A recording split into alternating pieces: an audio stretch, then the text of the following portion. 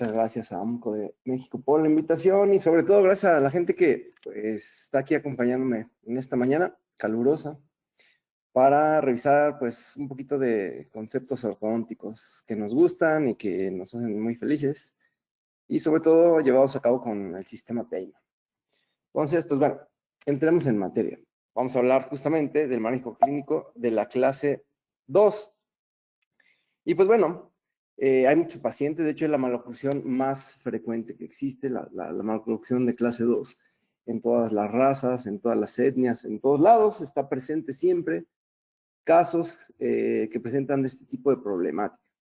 Una relación de clase 2. Entonces, empecemos por el principio. ¿A qué nos referimos con una clase 2? Son preguntas que uno se tiene que hacer. ¿A qué nos referimos con clase 2? ¿Cómo se clasifican? ¿Qué tipo de tratamiento hacer? Y a ver, cuando estamos hablando de Damon, ¿qué torque utilizar? Básicamente son preguntas que rondan pues nuestra cabeza toda vez que vamos o que decidimos iniciar un tratamiento con estas características. Bueno, resulta que la clase 2 es una distoclusión, también conocido como distoclusión, donde ya sea que los dientes superiores estén muy por delante de los inferiores o que los inferiores estén muy por detrás de los inferiores o una combinación de ambas, dando como resultado esto, ¿no? Una clase 2 o una distoclusión, tal y como lo vemos en pantalla. Y pues hay distintas clasificaciones. Hablamos primeramente de la clase dental, que eso el doctor Angle ya lo describía dentro de sus dos subdivisiones. La clase 1, que se refiere a cuando la sobremordida horizontal está aumentada, más o menos, como la fotografía que estamos viendo ahí arriba. Y la clase 2, subdivisión 2, que es cuando la sobremordida vertical está aumentada.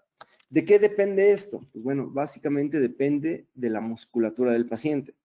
Si un paciente tiene las características de una clase 1, subdivisión 1, pues estoy frente a un paciente que su musculatura pues es lábil, no es tan potente y demás. Caso contrario, cuando estoy ante un paciente subdivisión 2, regularmente son pacientes que tienen gran presión muscular de los orbiculares y es lo que genera justamente que los dientes se retroinclinen por la presión muscular. También, pues hay, o abordando más en torno a la clasificación y a los factores que la producen y todo esto, también tenemos que la clase 2, pues puede ser o es de tipo esquelético, es decir, donde los huesos estén involucrados en esta mala relación, donde sabemos que la relación ideal, pues bueno, hay una, digamos, una medida o una relación íntima en sentido antero-posterior entre los huesos. Bueno, en un paciente clase 2, pues otra vez, denota que ya sea que el maxilar esté adelantado, que la mandíbula esté atrasada o una combinación de ambos factores, básicamente. Decía yo que, pues, hablando de la subdivisión 1 y de la subdivisión 2, tiene que ver mucho la musculatura y también los factores verticales. Regularmente, la clase 1, subdivisión 1, lo vamos a encontrar en pacientes dólico-faciales, que justamente son pacientes que tienen una musculatura, pues, repito, lábil, no potente y demás, mientras que la subdivisión 2 la vamos a encontrar regularmente en pacientes crecedores horizontales. Entonces, hay varios factores acá que uno tiene que ir, pues, despejando a la hora de hacer el diagnóstico y por ende la planeación en torno a qué tipo de clase 2 me estoy enfrentando. Puede ser dental, puede ser esquelética, a través de 5 variantes sagitales que las vamos a revisar ahorita, y también se involucra el comportamiento vertical del paciente. Entonces hace que las posibilidades tanto diagnósticas y asimismo terapéuticas sean bastantes y que no puedes atender de la misma manera a todos los pacientes. Decía yo que hay 5 variantes esqueléticas. Bueno, resulta que a lo mejor tú tienes un paciente donde el maxilar es el que está adelantado y pues bueno, el resto de la cara, es decir, la mandíbula y el resto del complejo craneofacial está en la misma posición, ¿no? Entonces ahí estaremos hablando de que el culpable de esa pues relación anómala entre las estructuras óseas, el culpable sería el maxilar, es decir, sería un clase 2 protusivo, que de hecho lo que nos está representando esta línea punteada, ¿no? Donde estaría la cara del paciente, por decirlo así, para que se entienda, para que sea muy fácil de digerir.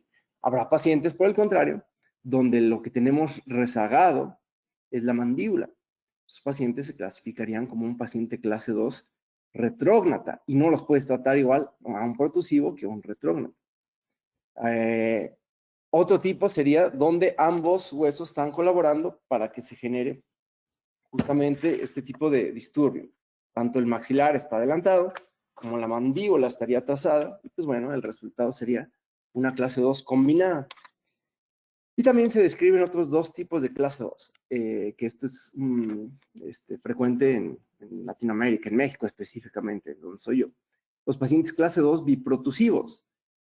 Este tipo de paciente clase 2 es aquel donde los huesos están en una relación de clase 2, pero ambos están protusivos, es decir, el maxilar está adelantado, la mandíbula también, pero el maxilar está mucho más adelantado, generando que se manifieste la clase 2 del paciente, aunque, como lo vuelvo a insistir, está aún más adelantado el maxilar. Y tenemos un último tipo de pacientes clase 2, donde ambos huesos estarían retrasados.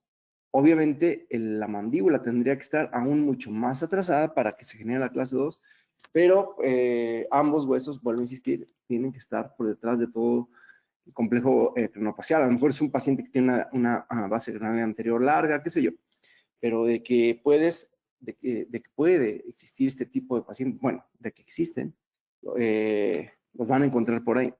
Y obviamente a cada uno de estos pacientes no los puedes tratar igual.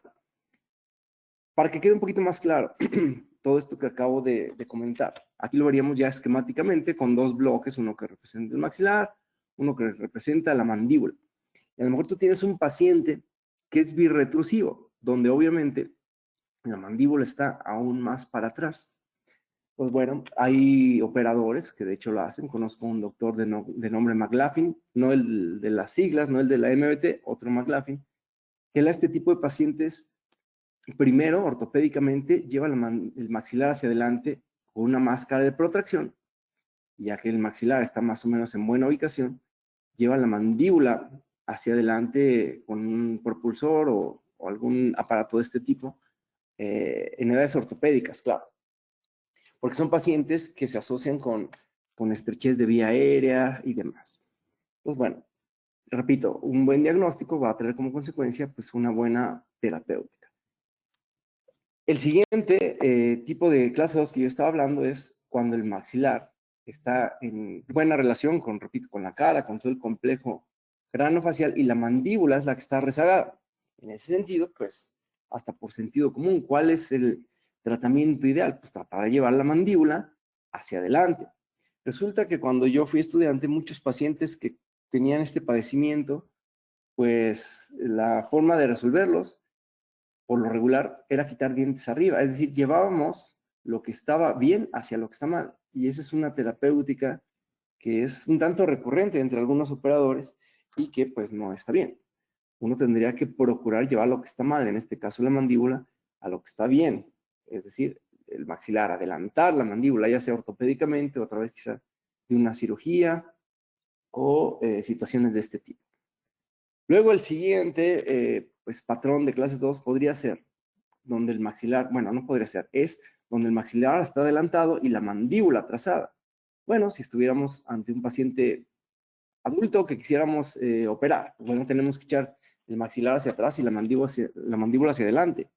Eso sería el tratamiento idóneo. ¿Explico? Claro, que siempre se pueden utilizar o hacer ciertas alternativas de camuflaje y demás, podría ser, pero bueno, eso ya es otra historia. El tratamiento ideal sería que estructuralmente ambos huesos estuvieran en buena relación entre ellos y en buena relación con todas las demás estructuras de la cabeza y de la cara, ¿cierto? Otro paciente, clase 2, que venía yo ahí describiendo y para que se entienda más o menos cómo es la cosa, es el paciente que la mandíbula está en relación a todas las estructuras craneofaciales, pero el maxilar no, el maxilar está adelantado. A ese tipo de paciente sí se le podría considerar, por ejemplo, hacer extracciones superiores o a lo mejor una ortognática segmentaria superior o qué sé yo. Es decir, tratar de llevar ya sea la arcada dental únicamente cuando se pretende hacer un camuflaje hacia atrás o, pues si se puede, estructuralmente llevarlo todo para atrás, ¿no? A través de una ortognática. para que maxilar y mandíbula queden en la misma posición. Y por último, el paciente clase 2 biprotusivo. Y misma situación, si estructuralmente existe la posibilidad de la ortognática y tal, pues bueno, se tendría que considerar, y bueno, si no, siempre puede uno echar mano de un patrón de extracciones. Entonces, de ahí sale justamente todas las alternativas terapéuticas que tenemos para la resolución de los pacientes clase 2, de un diagnóstico. Y eso, repito, sin involucrar factores de tipo vertical. Porque, bueno, también hay que, pues, a la hora de seleccionar la terapéutica, pues, bueno, ver y evaluar qué tipo de condición vertical tiene el paciente. Y bueno, aquí un resumen de lo que estaba hablando. Tenemos las clases 2 dentales y las clases 2 esqueléticas a las que nos vamos a enfrentar. ¿Y cuáles son nuestras posibilidades terapéuticas? ¿Qué le vamos a hacer a ese paciente? Bueno, lo primero, que es diagnosticarlo. Ya que lo diagnostiqué, bueno, ahora sí definir qué tipo de terapéutica le convendrá. Y podemos valernos desde los elásticos de clase 2, podemos valernos de una distalización, podemos valernos de una propulsión mandibular, extraer quizá dientes únicamente arriba o extracción de dientes arriba y abajo, según sea conveniente y sea pertinente, de una protracción inferior o de una cirugía ortognática. De todo esto podríamos llevar a cabo el tratamiento. Hablando de elásticos, un elástico, hay parámetros que te dicen la literatura, donde tú podrías tener, por decir alguna, una clase 2 de 2, 3 milímetros que se puede solucionar con elásticos. Bueno, aquí es tiene que ver mucho otra vez en torno al diagnóstico. Hay pacientes que quizá por una compresión maxilar, que una vez que el maxilar lo desarrolla, así más, das oportunidad a un posicionamiento más anterior de la mandíbula y demás. Y pues bueno, esto se conoce en ortopedia, ¿no? Pues, es la primera fase de ortopedia. Y bueno, hay veces que se tiene en ortopedia lo que se conoce como un PB, que es una distoposición del tamaño de un premolar. Bueno, hay pacientes que a lo mejor, pues bajo ciertas condiciones, tú podrías llevar a resolver la maloclusión de clase 2, aunque sean 6, 7 milímetros de clase 2 con elásticos. Claro, todo va a depender del apiñamiento, de la edad que tenga el paciente, de las compresiones o no que tenga transversalmente, un sinnúmero de factores. Pero bueno, sin tratar de confundirlos o a manera de una regla. Se dice que una maloclusión hasta de 3 milímetros puede ser resuelta con elásticos y nada más. Es decir, incluso en pacientes adultos, que es un poco más complejo, más difícil, pero claro, el elástico es una herramienta para mover dientes. Entonces, si el paciente es buen paciente, se los coloca, sobre todo si los utilizamos con un sistema como Damon, obligado pasivo, que genera mucho movimiento en los dientes, y dirigimos el tratamiento y potencializamos hacia dónde queremos que se resuelva con las ligas, pues bueno, incluso en adultos tenemos resultados bastante eh, certeros, precisos y que se pueden obtener. Y predecibles, es la palabra que estaba buscando, predecibles. Y resulta que dentro de la mecánica elástica tenemos que considerar esos factores, que la arcada superior la voy a llevar para atrás con el elástico y la arcada inferior hacia adelante. Por lo tanto, es conveniente seleccionar las distintas prescripciones con las que contamos en el sistema, ¿no? Es decir, regularmente se sugiere torque alto en la arcada superior, torque bajo en la arcada inferior. ¿Cómo es esto? Y para que quede más claro. Si yo meto una liga, vean lo que le pasaría, un elástico, me refiero de clase 2, vean lo que le pasaría a los dientes anterosuperiores, pues que van a retroinclinarse por la mecánica elástica. Porque, claro, la liga lo está llevando hacia atrás, lo está jalando hacia atrás. Entonces, en respuesta de ese estímulo, los dientes tienden a retroinclinarse, a perder torque. En la arcada inferior pasa lo contrario. Como la liga los va jalando o los va llevando hacia adelante, los dientes tienden a proinclinarse, los inferiores, ganando torque. De tal manera que nuestra decisión a la hora de seleccionar los torques siempre debe de ser, digamos, tratar de corregir esto que es lo que te va a producir el elástico. En otras palabras, los torques son compensatorios a nuestras mecánicas y por eso se sugiere colocar torque alto en la arcada superior por la pérdida de torque que va a haber con el elástico, que bueno, aquí es como todo. tenemos que abordar la situación clínica. A lo mejor, si tengo un paciente con cierto grado de apiñamiento, a lo mejor no le pongo torque alto y le pongo estándar, porque el apiñamiento se resolvería quizá con cierta proinclinación y el elástico me lo retroinclinaría dejándome los dientes en buena posición. Repito, estas son generalidades y ya va pues de caso en caso cuál sería lo ideal, ¿no? La parte de la individualización. Pero bueno, tener siempre en cuenta que en el arcada superior hay tendencia a perder el torque y es buena idea recuperarlo con las prescripciones de torque con las que contamos. Y por eso se sugiere torque alto por lo general. Y en la arcada inferior lo contrario.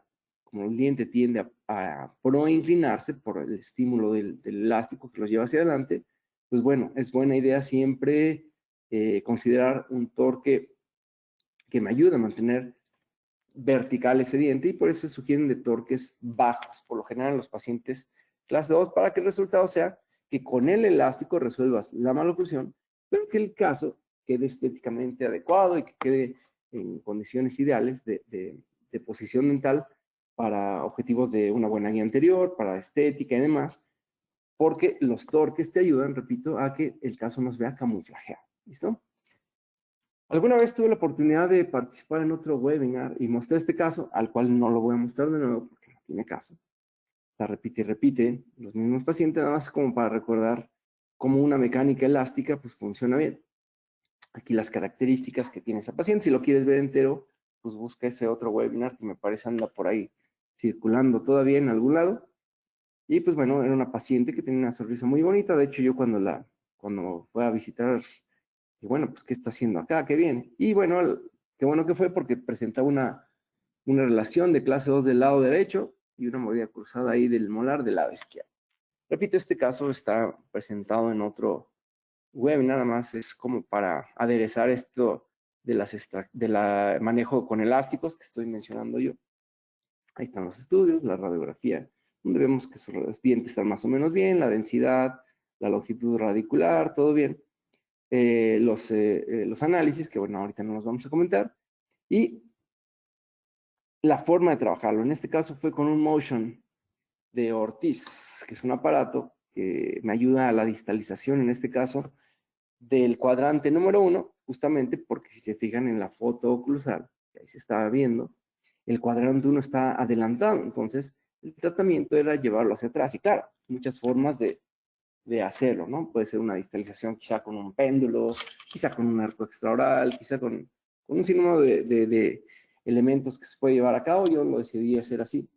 Y donde el protagonista no es el motion per se, sino son las ligas, es que la paciente se ponga sus elásticos. Y bueno, poco a poco, con el paso de los días, de los meses, se va abriendo un espacio porque el canino en este caso estaba distalizando junto con todo los dientes del sector posterior, hasta que sí colocar brackets y pues bueno, hacer ya mi secuencia de arcos, seguirla trabajando todo el camino con elásticos de clase 2, hasta que consideré que, bueno, el caso estaba pues terminado, ¿no? Haciendo una secuencia de arcos, obteniendo las posiciones adecuadas de tipping, de torque, y ahí está el caso resuelto. Los invito, por ahí repito, que busquen ese webinar es de elásticos, justamente, de donde hablé de cómo trabajar con elásticos y bueno, cómo se resolvió. Y repito, para no ser tan redundante en los webinars en los que amablemente nos invitan a participar, pues bueno, quise mostrarles este caso muy rápido para que se quede, pues sí, claro, digamos, el manejo con los elásticos, que son bastante eficientes, sobre todo si tienes un paciente colaborador, ¿no? Que es quizá el puntito, ese negrito en el arroz de los elásticos, que necesitas la colaboración del paciente. Otra posibilidad que tenemos hoy en día, bueno, que hemos tenido siempre en realidad, es la distalización. Es decir, el concepto de llevar los dientes hacia atrás, pues bueno, como concepto pues, puede haber sido empleado desde toda la vida. Y pues bueno, siempre ha existido formas de hacerlo. Es decir, yo mencionaba ahorita los sistemas pendulares, el péndulo básicamente, que es un distalizador. Bueno, también en su momento se trabaja mucho con arco extraoral. Repito, hay formas de llevarlo a cabo.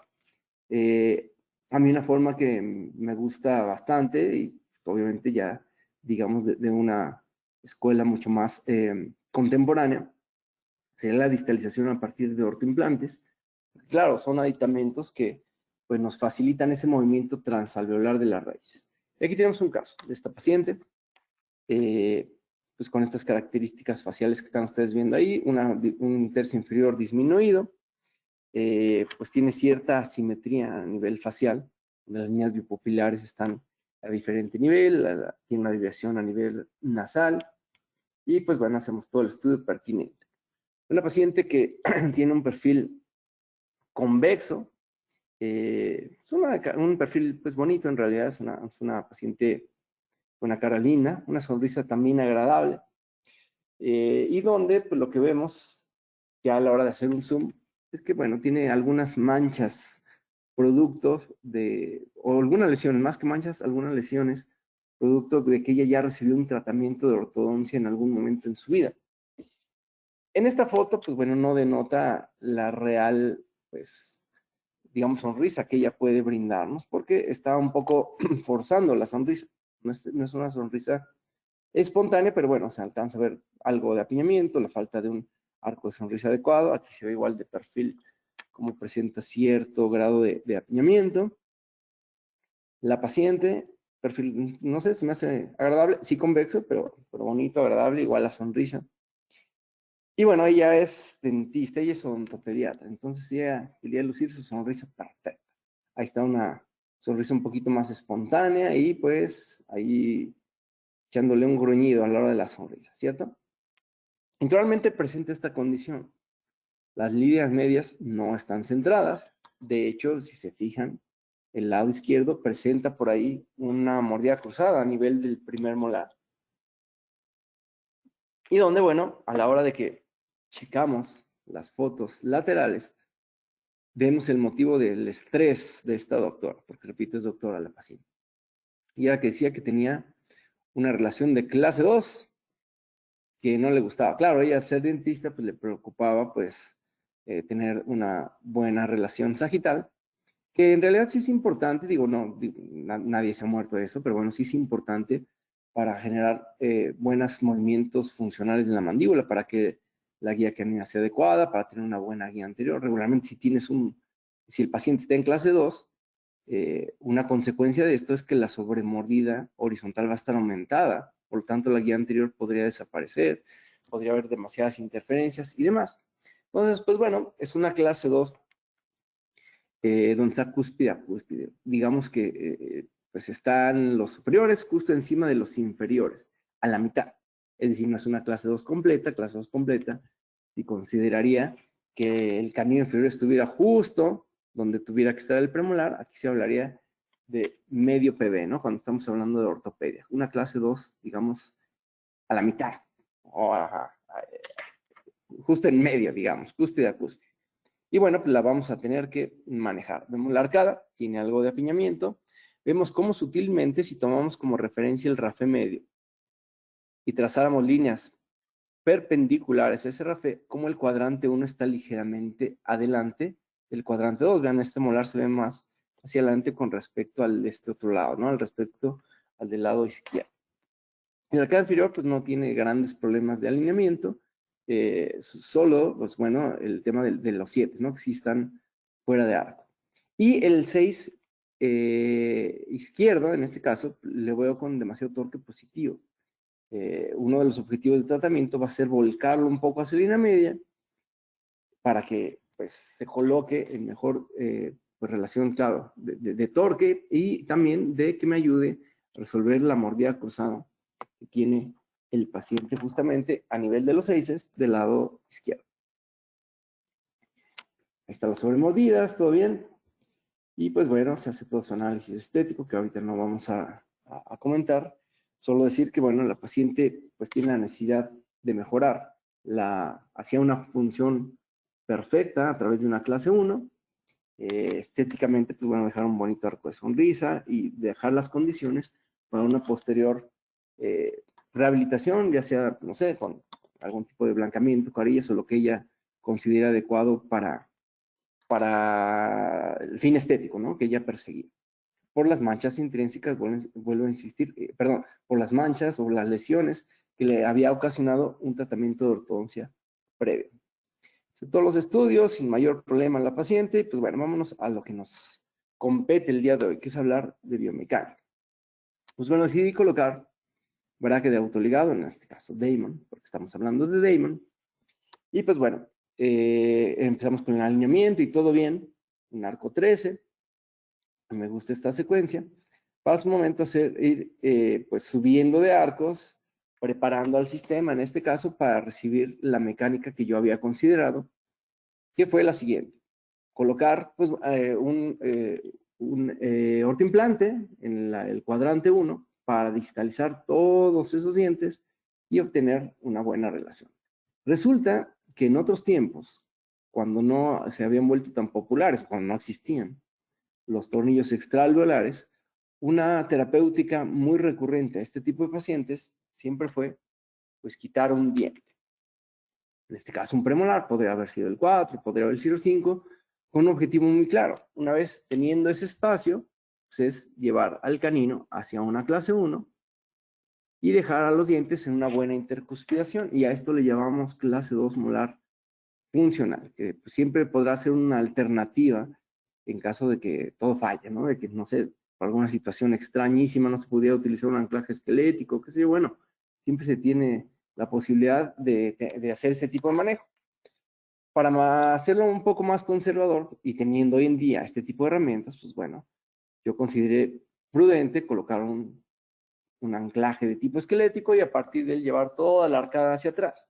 Parece una forma pues, más sencilla y más conservadora de resolver este tipo de pacientes. Y fue lo que se hace. En su momento se coloca el tornillo, empezamos a trabajar a partir de una fuerza, de un estímulo que viene de ese apoyo desde la cresta infracigomática, llevando el cuadrante 1 a partir de la sujeción del canino hacia atrás.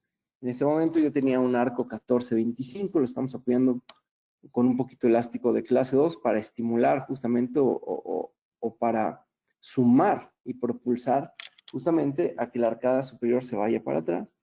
Ahí está la mecánica y la fuimos activando y activando para irla llevando hacia clase 1.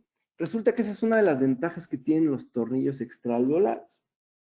Como no interrumpen, porque no están entre las raíces, no interrumpen el paso transalveolar de las mismas, pudiendo hacer a que regularmente todo el cuadrante se empiece a ir hacia atrás sin ningún tipo de tropiezo. Pero sucede que a veces las cosas no son como uno quiere. Bueno, ahí sí estaba distalizando, ya se estaba abriendo un espacio y demás. Pero sentí que iba un poco lento y decidí colocar un resorte para promover un movimiento distal de los molares un poquito más acelerado, por decirlo así. Ahí está la mecánica. Utilizando un resorte close coil, que la tengo agarrado desde mi tornillo hasta un gancho quirúrgico que tiene el arco en este momento. Y a su vez tengo un resorte open coil entre el tubo del 6 y el bracket del 5. ¿Cuál es la idea? Pues básicamente como está en este esquema. A la hora que yo coloco el resorte, pues bueno, el resorte me va a ejercer una fuerza hacia ambos lados, una fuerza centrífuga. De tal manera que yo necesito anular la fuerza siamesial de ese resorte y lo hago con la fuerza que viene desde el tornillo. Es decir, los dientes no se pueden ir hacia adelante porque traen también una activación que viene desde el tornillo. De tal manera que la resultante final es anulando el efecto mesial del open coil que queda entre bracket y tubo, se potencializa justamente y únicamente el efecto distal de ese resorte llevándose los molares hacia atrás. Básicamente lo que pretendía. ¿Y por qué lo hice así? Pues porque quizá me desesperé un poco y sentí que pues necesitaba acelerar el proceso y para hacerlo decidí llevarme primero los molares hacia atrás. Y resulta que se atravesó la pandemia, un caso que estaba trabajando antes de pandemia. Y bueno, la idea era básicamente lo que vieron esquemáticamente, una vez que está abierto el espacio, terminar de llevar los dientes hacia atrás para resolver la clase 2. Y resulta que la paciente se fue con eso puesto en pandemia y me regresó así, me regresó con el plano canteado. Digo, yo pensaba irla controlando, ir pues viendo cómo, pues sí, conforme iba progresando el caso, de hecho por eso se llaman controles, los controles, ir viendo qué puedes ir haciendo para que vaya pues, funcionando bonito el caso, para que vaya evolucionando bien. Resulta que se atraviesa pandemia y cuando la vuelvo a ver, después de mucho tiempo, pues, se había abierto un boquete, para empezar, y por el vector que yo tenía, pues estaba canteando el plano, se estaba intruyendo también. Repito, esto hay muchas formas de controlarlo y yo lo iba a controlar, pero bueno, se atraviesa pandemia y de repente pues nos mandan a estar encerrados, pues bueno, se fue activa la paciente y pasó lo que pasó. ¿Qué hice yo? Pues no me volví loco, simplemente quité el resorte y ahora lo que hice fue mesializar el molar, o bueno, en realidad un cierre recíproco colocando una cadena que iba desde el molar superior a un gancho quirúrgico que se lo colocó acá a la paciente entre lateral y canino. El simple hecho de haber soltado la carga o el vector que venía desde el tornillo que estaba instalado en la cresta infracigomática generó que en cuestión vertical la paciente empezara a recidivar. ¿Por qué? Pues porque, bueno, un movimiento intrusivo, pues si no lo estabilizas y demás, pues es inestable. Es uno de los problemas que tienen tanto las intrusiones como las distalizaciones, que son movimientos antinaturales. ¿Por qué antinaturales? Porque, bueno, los movimientos naturales que tiene el diente a lo largo de toda su vida es la mesialización y la extrusión. Por lo tanto, los movimientos antinaturales son justamente los movimientos contrarios a estos, la distalización y la intrusión. Por eso, bueno, pues las distalizaciones muy grandes, es bueno de repente considerar si no hay otra alternativa, quizá extrayendo, que sea por un tema de estabilidad sobre todo. Lo mismo, y lo mismo las intrusiones. También cuando son muy grandes, pues bueno, hay que ver cómo las vamos o cómo las vas a estabilizar, porque bueno, pueden ser movimientos inestables. Resulta que yo decía, el simple hecho de haber soltado ese vector tan vertical que tenía la paciente, que claro, yo lo iba a controlar, pero se aparece la pandemia y pues, se me presenta este calentamiento, la suelto y empezó a recibir solita la paciente. Y voy a hacer un paréntesis aquí, justamente, paréntesis. Hoy en día, por eso yo me gusta manejarme más bien con tornillos, pero mucho más largos. A mí me gusta mucho trabajar con tornillos de 2x14. 2 porque, bueno, necesito que sea robusto para que no vaya a tener ningún riesgo de fractura o de deformación, o de que no rebase tan fácilmente su límite torsional cuando estoy insertando el tornillo, que va en la cresta, con la idea no de insertarlo todo. No me interesa que esté todo el tornillo metido, pues, no sé, en la parte del hueso y demás, ¿no? Es decir, no me interesa solo que la cabeza del tornillo quede en la cavidad oral.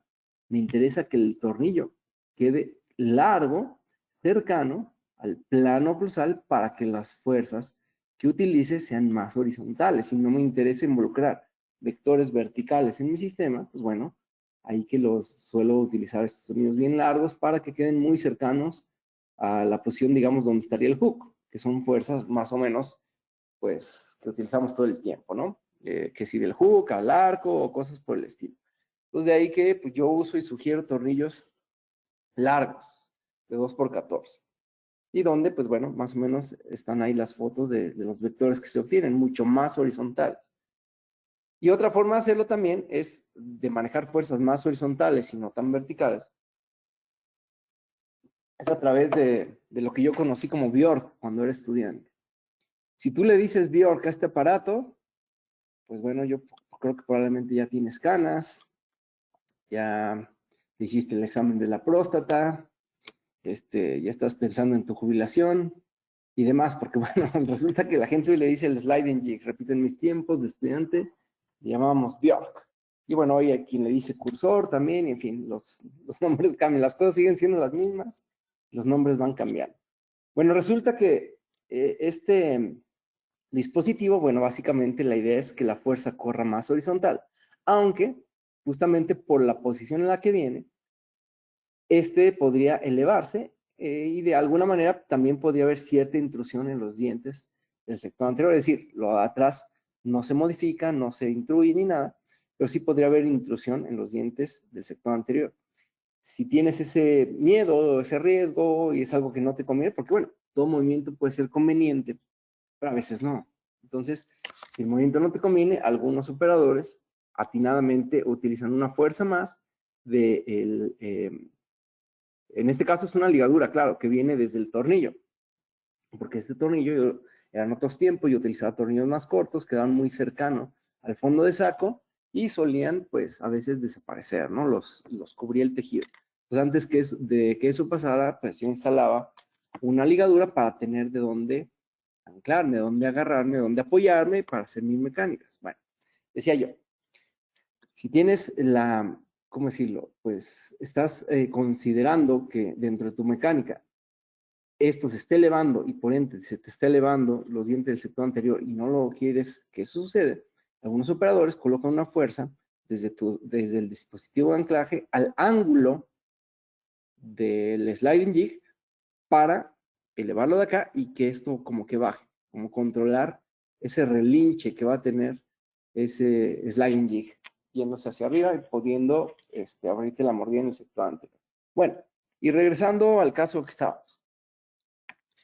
Pues bueno, ahí yo lo único que hice, les comentaba, no fue no volverme loco, no estresarme, simplemente dije, bueno, pues si ya se distalizó tanto el molar como los dientes del sector anterior, porque se fue activa en pandemia, simplemente ahora voy a perder el anclaje. Hago el arco híbrido, ya tenía un arco yo 19-25 a 0, lo hice híbrido en el sector posterior, híbrido se refiere a quitarle las aristas y del arco y pulirlo perfectamente bien.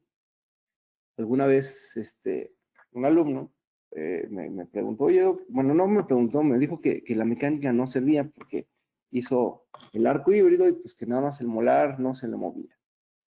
Pero claro, agarró una fresa, quitó las aristas, pero dejó todo arañado el arco. Pues ¿cómo va a deslizar eso si la fricción incrementa dramáticamente? La respuesta acá o la consideración es que, claro, quítale las aristas con una fresita y demás, pero después púlelo perfectamente bien, como si fuera, estuvieras puliendo un Hyrax después de haberlo soldado y todo esto, que quedan perfectamente pulidos y brillosos. Bueno, lo mismo debe ser acá. El arco debe estar perfectamente pulido para que pues deslice bien el arco a través del tubo, o en este caso el tubo, utilizando el arco como un riel, porque lo que pretendo aquí es mover el molar hacia adelante.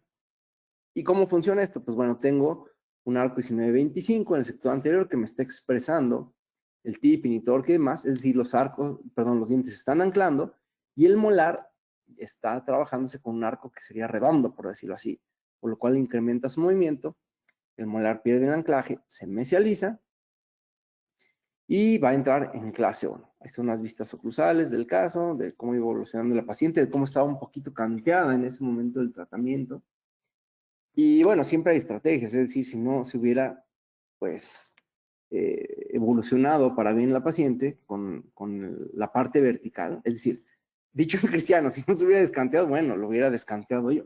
Afortunadamente, por el simple hecho de haber quitado el estímulo recidiva, se empieza a nivelar de nuevo y pues mientras tanto yo seguía cerrando el espacio, ahí como lo están ustedes viendo.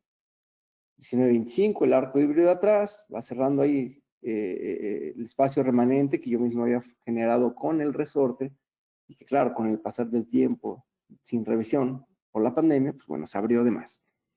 Ahí ya pues va cerrando y pues no queda mucho más que decir, más que seguir evolucionando hasta que cerró por completo, como se está viendo acá, y después decidí quitar el arco superior, meter un arco redondo. A mí me gusta mucho sentar con redondo, porque es un arco muy permisivo para el asentamiento de los dientes.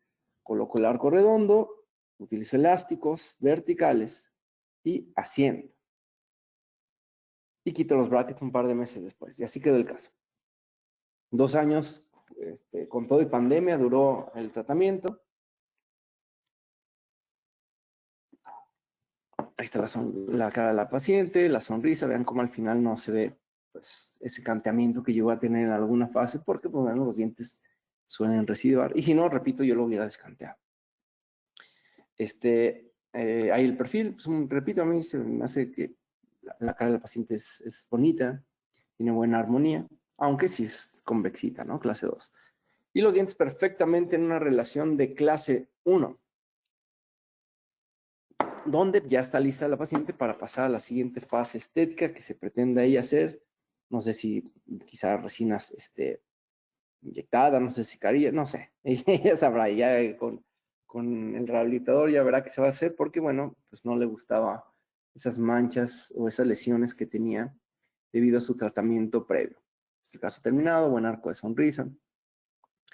Las arcadas, pues bueno, nunca tuvo gran apiñamiento y pues bueno, es una forma más que tenemos nosotros de resolver pacientes de clase 2, apoyarnos de anclaje esquelético, que pues brinda un poder de anclaje pues bastante potente. Se habla de un anclaje absoluto, claro, porque no te estás apoyando en ningún otro diente, y aparte pues, suelen ser mucho más discretos, ¿no? Es decir, a lo mejor este tipo de tratamiento se podría conseguir con un arco extraoral. De hecho, hay gente, conozco buenos operadores, buenos amigos que manejan como unos verdaderos dioses el arco extraoral, pero claro, pues el arco extraoral es difícil que un paciente hoy en día te lo utilice. Entonces, pues bueno, si vas a trabajar con Damon, en Damon ni siquiera tenemos tubo doble como para meter un head. Entonces, mejor un ortoimplante que, bueno, son muy fáciles de colocar, muy fáciles de quitar, es un elemento muy noble que facilita mucho las mecánicas. Hablando o siguiendo hablando de las posibilidades terapéuticas que tenemos para resolver maloclusiones, otra puede ser la propulsión mandibular, ya sea a través de aparatos ortopédicos, porque se puede hacer con ortopedia, o aparatos fijos, ¿no? Como puede ser los propulsores mecánicos tipo Hertz, Mara y todos estos. A mí particularmente me gusta propulsar con elásticos, porque en pacientes en crecimiento, pues es otra vez una fuerza, un vector que te ayuda a mover dientes, como en su momento, a poder propulsar la mandíbula. Y para eso vean este caso, que me parece bastante interesante. No está completo, porque bueno, este está como para otro momento, para otro foro. Pero bueno, lo que quiero es ejemplificar cómo me gusta a mí hacer las propulsiones. Ojo, en pacientes, vuelvo a insistir, en crecimiento. Paciente adulto, particularmente yo no soy eh, adepto de las propulsiones mandibulares, porque bueno, pues considero lo que es obvio, que el paciente ya dejó de crecer, y si bien es cierto, podría haber una remodelación del complejo cóndilo, fosa, cuerpo, rama, etcétera, porque siempre hay remodelación en todo momento, en toda la vida del ser humano, ya es mínima, ya no es el potencial que se tiene en un paciente en crecimiento como tal. Vean la magnitud de la clase 2 molar y canina que tiene el paciente y aparte un apiñamiento importante, severo. Resulta que yo decido quitar dientes abajo y propulsar con elásticos a manera como si fuera un tratamiento eh, quirúrgico, pero manejado en este caso, repito, con propulsión a través del uso de elásticos. Y dejé el caso así. Una relación de clase 1 canina, sin apiñamiento, nada. Y vean acá lo que se pretendía, el cambio facial que tiene la paciente. Las propulsiones no las podemos descartar, o sea, es un tratamiento que puede ser muy benéfico a largo plazo a los pacientes. Vean el gran cambio facial que tiene. Un perfil recto cuando inicialmente estaba muy convexo. Y claro, a mí me gusta hacerlo, repito, con elástico. Sin embargo, se puede utilizar propulsores, se puede utilizar ortopedia, se pueden utilizar un sinnúmero pues, de elementos para poder llevar esa mandíbula hacia adelante. Entonces, es una posibilidad que se tiene. Otra posibilidad que se tiene para los pacientes clase 2, que ojo, no es arbitrario, depende del diagnóstico, voy a regresar. Aquí pues está viviendo, es muy fácil de ver cómo el problema de esta paciente era una mandíbula corta. Pues bueno, había que estimularla, había que llevarla hacia adelante. ¿Cuál era la estructura donde yo tenía que enfocar mi tratamiento? Bueno, en todo, obviamente, pero bueno, darle primordial importancia a llevar esa mandíbula hacia adelante para que mejore el perfil, para que se vea bien y para que pues, a largo plazo la cara tenga una estética, una función adecuada y demás. Y decía yo, bueno, otra terapéutica posible siempre será quitar dientes, en este caso premolares superiores.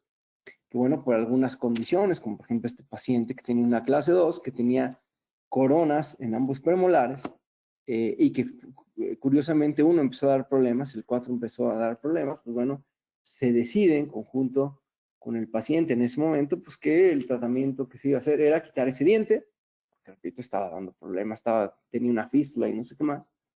Se quita el diente, se cierra el espacio, que nos venía como anillo al dedo, que se quitara ese diente, porque tenemos ahora la posibilidad de llevar ese canino hacia distal. Vamos ocupando poco a poco el espacio de la extracción,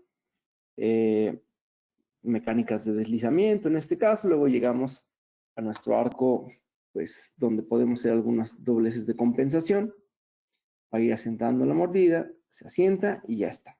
Un paciente que inicia clase 2, se quita un premolar y pues se termina en clase 1.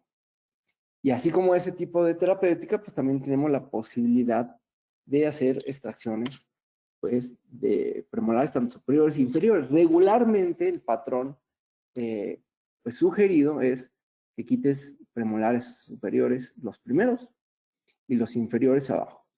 Hoy en día, claro, hay un grupo de clínicos que abogan porque, pues, nunca se deben de quitar premolares superiores y más. Y bueno, pues yo soy respetuoso de todas las ideas.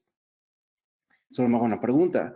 Pues a lo largo de la historia ortodóntica se han quitado muchísimos premolares primeros superiores y hay casos que están ahí súper estables, que siguen deambulando, que no han tenido ningún problema y que pues han sido casos exitosos y no uno, muchísimos. Entonces, pues bueno, eso de sobrevalorar de repente los dientes, pues me parece que, que claro, todo tiene un valor, todo tenemos que ser lo más conservadores posibles y demás.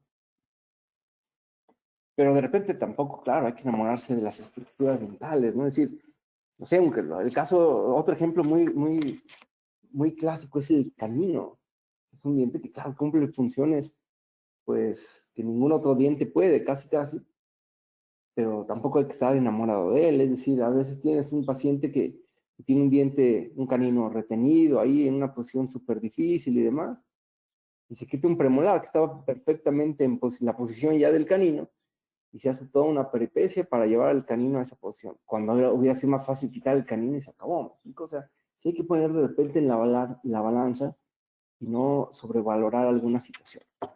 ¿Por qué estoy comentando esto? Porque mecánicamente, ojo, mecánicamente, a un paciente es más fácil trabajarlo cuando quitas dientes superiores arriba e inferiores abajo. Porque, repito, en un paciente clase 2, pues tú quieres o pretendes conservar bien el anclaje en superior, de tal manera que quitar un diente más anterior te facilita la retracción.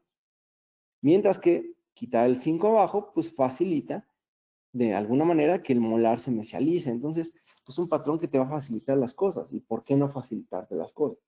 Claro, hay quien dice, bueno, es que lo más importante es el paciente y hacerlo por el paciente más. Pero si vas a tardar, o sea, 6, 8 meses más, el paciente también te va a agradecer que acabas 6, 8 meses antes, ¿me explico? O sea, son situaciones, repito, controversiales, aquí daría para un debate interesante, y con distintos puntos de vista, pero bueno, hablando de facilidad biomecánica, siempre va a ser mucho más fácil en un paciente clase 2 trabajarlo 4 arriba, 5 abajo.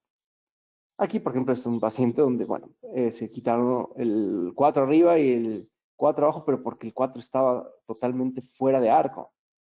En otra situación, se hubiera quitado el 5 y ya está. Y bueno, como venía comentando, se realiza el cierre de espacios, no hay ningún problema al respecto. En este caso, una cadena de lado a lado, ya para cerrar cualquier remanente que hubiera espacios, y ya está. Y por último, dentro de estas posibilidades terapéuticas que tenemos para el abordaje de los pacientes clase 2, pues siempre tenemos o podemos echar mano de la cirugía ortognática, y es donde regularmente tenemos que descompensar a un paciente, dejarlo bien clase 2, para que posteriormente se avance todo la mandíbula hacia adelante, llevándose consigo a los dientes y dejando una buena relación oclusal y sobre todo pues una buena armonía facial y demás. Por ejemplo, un paciente igual que llega con esta condición de un perfil recto, donde la distancia mentocervical estaba un poco corta y el perfil estaba un poco comprometido en situaciones de estética. Se le plantea al paciente la posibilidad de hacer una cirugía, porque, pues bueno, integralmente tiene esta condición.